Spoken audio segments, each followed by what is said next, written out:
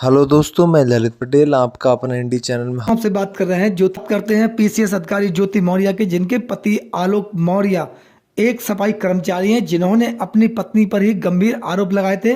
Home guard commandant Manish Dubey यानी कि पूर्व होमगार्ड कमांडेंट मनीष दुबे के खिलाफ अवैध प्रेम प्रसंग और अवैध संबंधों के चलते, जबकि ज्योति मौर्य विवाहित हैं, उनकी 2 बच्चियां हैं और उन्होंने अपनी पत्नी पर अपनी ही हत्या की साजिश रचने का आरोप लगाया था। यानी कि ज्योति मौर्य और मनीष दुबे पर यह गंभीर आरोप लगाया था कि ये दोनों प्रेम प्रसंग के चलते और अवैध संबंधों के चलते किसी भी समय मेरी हत्या कर सकते हैं।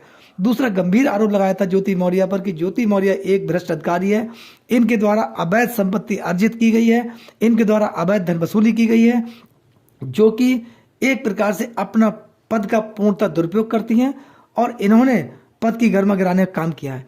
ये तमाम ऐसे गंभीर आरोप आलोक मौर्य के द्वारा अपनी पत्नी ज्योति मौर्य पर लगाए गए थे, जो वर्तमान में बरेली के सेमी खेड़ा शुगर मिल में जीएम के पद पर पोस्टेड हैं।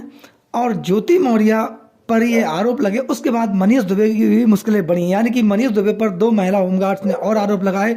उसके बाद उनकी पत्नी तनु पारस, जो मनीष दुबे के साथ कानूनी जंग लड़ रही हैं, उन्होंने भी गंभीर आरोप लगाए। जांच होने के बाद मनीष दुबे पर बड़ा एक्शन हुआ और मनीष दुबे सस्पेंड कर दिए गए और उसके बाद उनके खिलाफ विभागीय जांच प्रारंभ होगी। दोस्तों, ज्योति मौर्य और मनीष दुबे के प्रेम प्रसंग का मामला पूरे हिंदुस्तान में वायरल रहा। क्यों?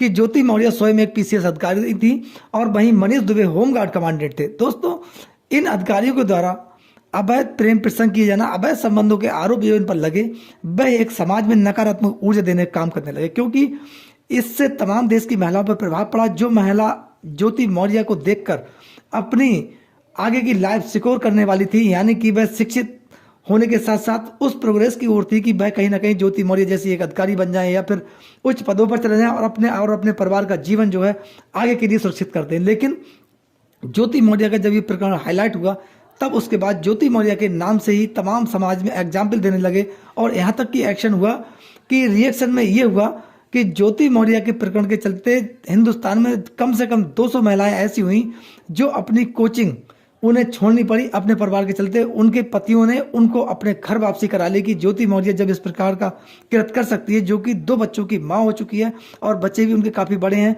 तब आपके द्वारा किसी प्रकार की कोई बड़ी घटना को अंजाम ना दिया जा सके। इसके चलते उन्होंने अपनी पत्नियों को अपने घर पर बुला लिया। दोस्तों, ये भी मामला ये काफ़ी सुर्खियों में रहा, क्योंकि देश की तमाम महिलाएं ज्योति मौर्य के चलते पीड़ित हुई थी। इससे नकारात्मक संदेश समाज में गया था। वो क्यों? इसके पीछे कारण क्या था? क्योंकि ज्योति मौर्य एक संवैधानिक पद पर बैठी हुई महिला थी और वह मिडिल परिवार से थी और उन्होंने अपने आप को इस मुकाम तक पहुंचाने में काफ़ी कड़ी मशक्कत की, जिसके कारण उनके एग्जाम्पल समाज में देने जाने लगे और ज्योति मौर्य अपने इस बड़े कारनामे की वजह से काफ़ी समाज में प्रतिष्ठित भी थी। लेकिन ज्योति मौर्य से किसी को इस प्रकार की उम्मीद नहीं थी कि वह इस प्रकार कृत्य करेंगी जिससे समाज में गलत संदेश जाएगा। यहाँ तक कि ज्योति मौर्य पर यह आरोप लगे कि ज्योति मौर्य अपने निजी हितों के चलते अपने पद की गरिमा को तार तार करते हुए नजर आई। उन्होंने पद का दुरुपयोग भी किया और वह संपत्ति अर्जित की जो उनकी नौकरी के समय में उनकी स्वयं सैलरी के द्वारा इतनी संपत्ति अर्जित नहीं की जा सकती, यानी कि उन पर इसी के चलते भ्रष्टाचार का आरोप भी लगा। दोस्तों, इस प्रकरण में ज्योति मौर्य की मुश्किलें तो बढ़ेंगी, क्योंकि इसीलिए बढ़ेंगी कि मनीष दुबे के प्रकरण में व्यापक जांच होगी और जांच होने के उपरांत ज्योति मौर्य पर भी एक्शन हो, क्योंकि ये मामला देश की जनता से जुड़ा हुआ है, सीधे सीधे समाज से जुड़ा हुआ है, भ्रष्टाचार का मामला है, अवैध धन वसूली का मामला है और इसमें जो भी दोषी पाए जाएंगे उनके खिलाफ भी बड़ा एक्शन होगा। लेकिन हम यहाँ पर बात करते हैं केवल इतनी कि ज्योति मौर्य ने जिस प्रकार से संघर्ष किया और आगे बढ़ने का काम किया, उसके बाद अपनी रास्ता से किस प्रकार से भटकी, यानी कि एक प्रकार से जो क्षेत्रीय भाषा के हिसाब से एक शब्द होता है कि रोटी लग जाना है, कि ज्योति मौर्य को जब ये महसूस हुआ कि वह यहाँ पर संतुष्ट हो गए कि मैं पीसीएस अधिकारी हूँ, अब मैं काफ़ी हूँ, उन्होंने अपने आप को सीमित कर लिया और उनकी दूसरी भावना जागृत हुई, जिसका दुष्प्रभाव समाज में बहुत गलत गया।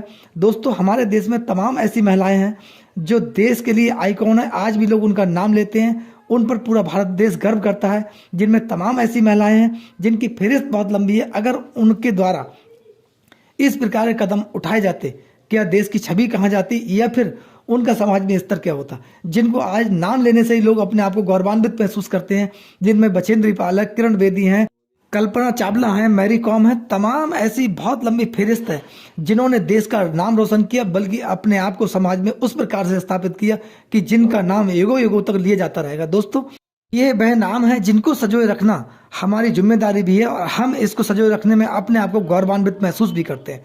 लेकिन वहीं ज्योति मौर्य के प्रकरण का जब इस प्रकार से मामला हाईलाइट हुआ और ज्योति मौर्य समाज में अपने आप को घुटनों के बल गिरते हुए देखती हुई नजर आई। ज्योति मौर्य को यह एहसास भी है कि मेरे द्वारा जिस प्रकार का कुकृत किया गया है, जो मुझ पर आरोप लगे हैं, वह कहीं ना कहीं मेरी समाज में प्रतिष्ठा धूमिल करने के लिए काफ़ी है, क्योंकि उसकी जिम्मेदार ज्योति मौर्य ही हैं। वहीं ज्योति मौर्य आज भी अपने आप को पॉजिटिव दिखाने के लिए बिल्कुल आगे नहीं बढ़ रही। अगर ज्योति मौर्य चाहें तब वह इसकी पहल कर सकती हैं। जो ज्योति मौर्य के द्वारा अपने पति और उनके परिवार पर जो फेक मुकदमे लिखवाए हैं, वह उन मुकदमों को वापस लें और अपने पति से जो तलाक का मुकदमा है वो वापस लें, जिससे समाज में पॉजिटिव संदेश जाएगा। लेकिन ठीक इसके विपरीत ज्योति मौर्य अपने पद का दुरुपयोग कर रही हैं और जो उनके मौलिक अधिकार हैं, यानी कि संविधान के द्वारा जो उनके अधिकार हैं और उन्हें स्वतंत्रता है, उनके पास आज़ादी है, उसका भी एक प्रकार से दुरुपयोग कर रहे हैं। क्योंकि ज्योति मौर्य एक परिवार में अपने रहते हुए और अवैध प्रेम प्रसंग, अवैध संबंध के आरोपों के चलते अपने आप को आगे कानूनी जंग में ले जाना चाहती हैं, लेकिन जो उनके लिए पॉजिटिव नहीं है कि उस समाज में ज्योति मौर्य की जो प्रतिष्ठा है काफ़ी गिर चुकी है। इन सब कारणों से ज्योति मौर्य को बचना होगा। समाज में अपनी प्रतिष्ठा पुनर्स्थापित करने के लिए उन्हें बहुत बड़े प्रयास करने पड़ेंगे। उसमें समाज की और भारतीय संस्कृति की बहुत ज़रूरत होगी। दोस्तों, वही मैं आपसे बात करता हूँ अंजू और फातिमा की, सीमा हैदर की। जो सीमा हैदर अवैध तरीके से हिंदुस्तान के अंदर आई और उसने बॉर्डर क्रॉस किया।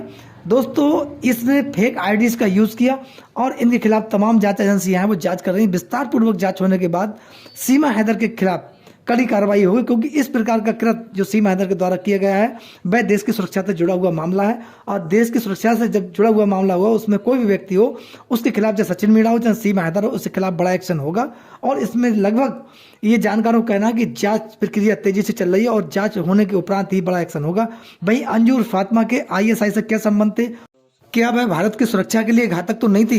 जिस प्रकार से अंजू और फातिमा चुपचाप तरीके से हिंदुस्तान का बॉर्डर क्रॉस करने के बाद पाकिस्तान पहुंची थी और अपना हिंदुस्तान वापस आई है, इसमें कहीं आईएसआई की बहुत बड़ी चाल तो नहीं हो सकती है, या फिर एक प्रकार से जो हिंदुस्तान में रह रही हो, बल्कि वो आईएसआई का एजेंट तो नहीं है, क्योंकि ये सुरक्षा का मामला है। दोस्तों, इसमें जांच उपरांत होने के बाद जानकारों का कहना है कि इसमें बड़ा एक्शन होगा, चाहे वो सीमा हैदर हो या फिर अंजू उर्फ फातिमा हो।